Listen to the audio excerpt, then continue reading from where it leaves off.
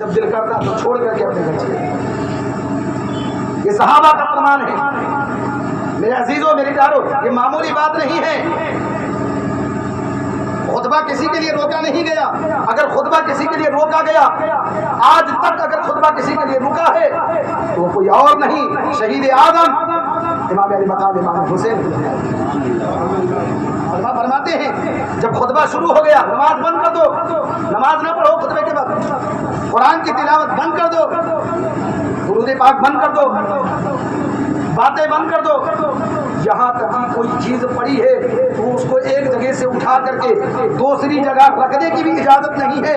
خطبے کے وقت کوئی کام نہیں ہونا چاہیے. لیکن میرے عزیزوں میرے پیارو، تاریخ گواہ ہے، حدیث کی کتابیں اس بات کی گواہ ہیں کہ پیارے آقا خطبہ دے رہے ہیں.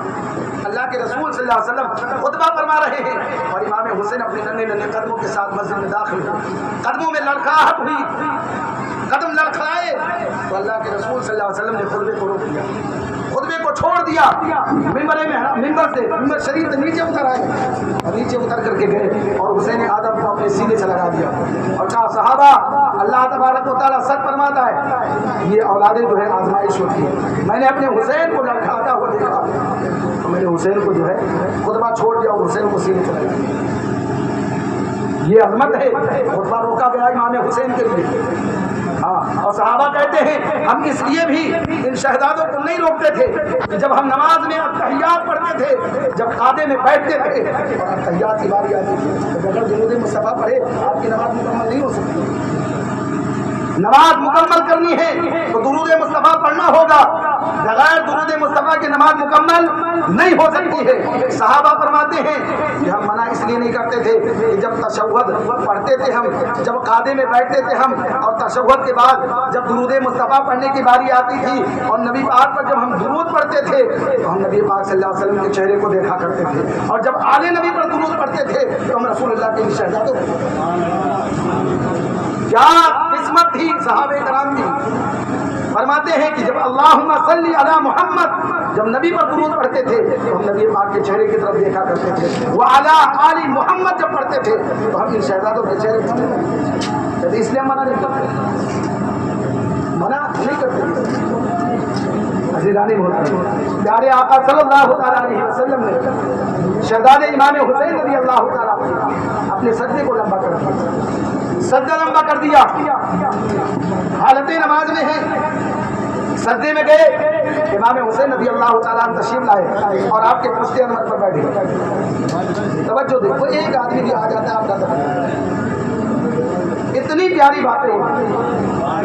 اب امام حسین کا بٹن سماعت کر رہے ہیں. آپ جس کے نام سے محفل قائم کیے ہوئے ہیں، جن کے نام پر یہاں بیٹھے ہیں، جن کے نام پر آپ کھچڑے پچا رہے ہیں، شربتیں تقسیم کر رہے ہیں، اپنے جو ہے اپنی نیند قربان کر کے بیٹھے ہوئے ہیں، ان کی فضیلت بیان ہو رہی ہے. اگر آپ نہیں سنو گے اور نہیں سمجھو گے تو کب سنو گے؟ یہ محفل تو انہی کے نام سے ہے. حالت سجدہ میں ہے رسول اللہ صلی اللہ علیہ وسلم اور امام حسین آئے پشت انور پر بیٹھ گئے. مشہور بات ہے، پشت انور پر بیٹھ گئے.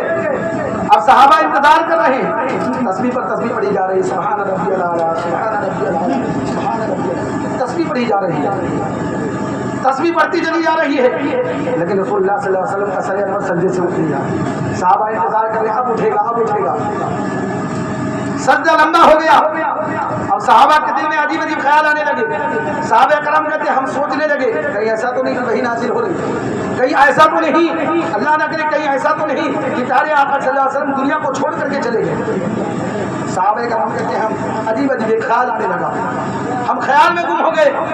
آخرکار ایک لمبے وقت کے بعد جب امام حسین پشت انور سے واپس نیچے اتر آئے تو اللہ کے رسول نے اپنے سر کو سجدے سے اٹھا دیا، سر انور کو سجدے سے اٹھایا.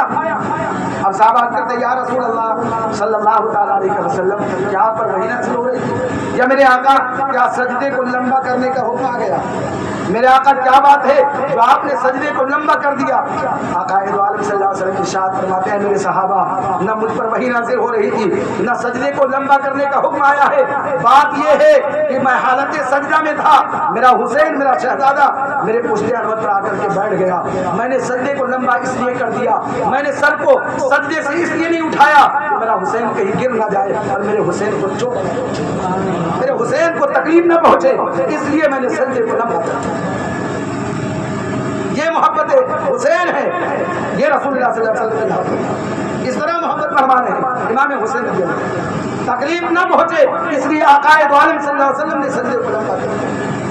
میرے دوستو، جسے حق کربلا میں ادا کر دیا، اپنے نانا کا وعدہ وفا کر دیا، گھر کا گھر سب سپرد خدا کر دیا، اس حسین بن حیدر علیہ السلام عزیزان محترم، ایک سجدہ ہوا تھا امام حسین کے لیے لمبا، اور پھر حسین آدم نے میدان کربلا میں ایسا سجدہ کیا کہ حسین آدم کو سجدہ کرتے ہوئے سب نے دیکھا، لیکن سجدے سے سر اٹھاتے ہوئے جب تک یہ دنیا ہے حسین آدم کا سجدہ باقی ہے۔ حسین آدم کو میدان کربلا میں سر جھکاتے ہوئے سب نے دیکھا، لیکن سر اٹھاتے ہوئے ایک ایسا دین کی خاطر ایک ایسا لمبا سجدہ کہ وہ سجدہ آج بھی باقی ہے۔ اگر وہ سجدہ نہ ہوتا تو آج جو ہمارے سروں پر ٹوپیاں ہیں یہ ہمارے سروں پر ٹوپیاں نہ ہوتی، ہمارے سینے میں رسول اللہ کی محبت ہے، اگر وہ سجدہ نہ ہوتا تو آج ہمارے سینوں میں جو محبت رسول ہے یہ محبت رسول اللہ، یہ حسین آدم کا صدقہ ہے، یہ معالی مقام امام حسین کی قربانی کا صدقہ ہے۔ آج ہمارے مسجدوں میں اگر اذان کی آوازیں آ رہی ہیں تو یہ شہیدان کربلا کا صدقہ ہے۔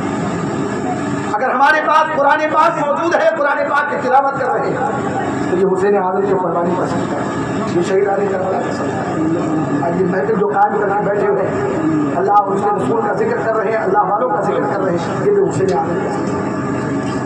حسین نہ ہوتے یہ ماحول نہ ہوتا، حسین آدم کی قربانی نہ ہوتی تو یہ جو کچھ ملا ہے ہمیں یہ سب ختم ہو چکا ہوتا۔ حسین آدم کا بڑا احسان ہے۔ محبت رسول تھوڑا اور سنا 5 سے 10 منٹ۔ اللہ کے رسول صلی اللہ علیہ وسلم صحابہ فرماتے رسول اللہ صلی اللہ علیہ وسلم نماز پڑھ رہے ہیں، سبحان اللہ، کیا انداز ہے۔